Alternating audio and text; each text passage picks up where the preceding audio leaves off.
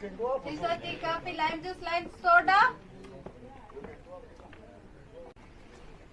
இது என்ன மாங்காய் போட்டுப்பீங்களா? என்ன புளிக்கிறது? ஜல்ஜீரா சார். ஜல்ஜீராவா?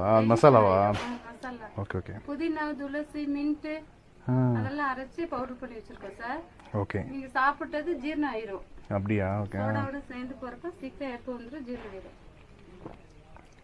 ஏதாவது சாப்பிட்டா தானே ஜீரணம் ஆகுறதுக்கு. சாப்பிடலீங்களா? இல்ல காலையில சாப்பிட்டேன், மதியானம் சாப்பிடுறது. அப்படின்னா எங்க கிளைமேட்டுக்கு சீக்கிரம் டைஜஷன் ஆகாது சார் ஃபுட் எதுவுமே. Cold area. அது ஜெனரலாவே 2 வேளை தான் சாப்பிடுறது, அதனால. அப்படிங்களா? ஃபுட் ரொம்ப ஹெவியா இருக்குது. எங்களுக்குமே பசியே எடுக்காது.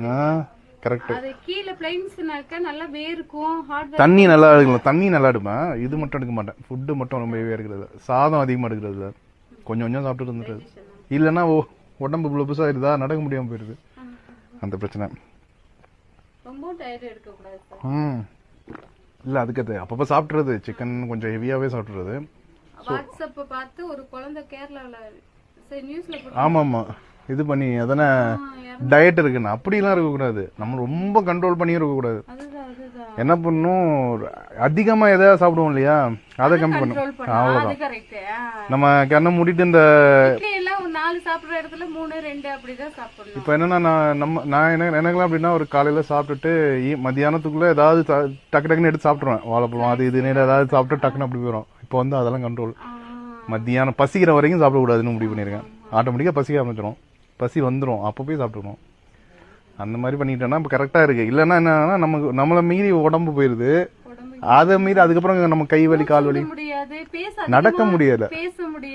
நம்மளுக்கு இங்க இருந்து ஒரு கிலோமீட்டர் நடக்க முடியல, அப்படி போயிருது. ஸோ இங்கே தான் நம்ம வந்திருக்கோம். இது வந்து டால்ஃபின் நோஸ். ஸோ இது வந்து நம்ம வந்து கையில் வந்து கிளாஸ் வச்சுருக்கோம். ஸோ ஜல்ஜீரா ஜூஸ் டால்ஃபின் நோஸில் உட்காந்து சாப்பிட்டுட்ருக்கோம்.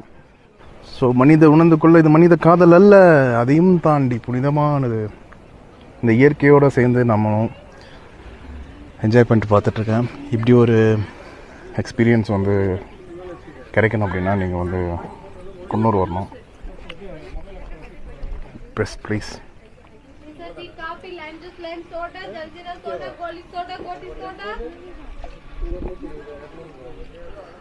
கண்ணாடி நல்லா இருக்கு. ஸோ இப்போ தான் என் முகம் தெரியுது.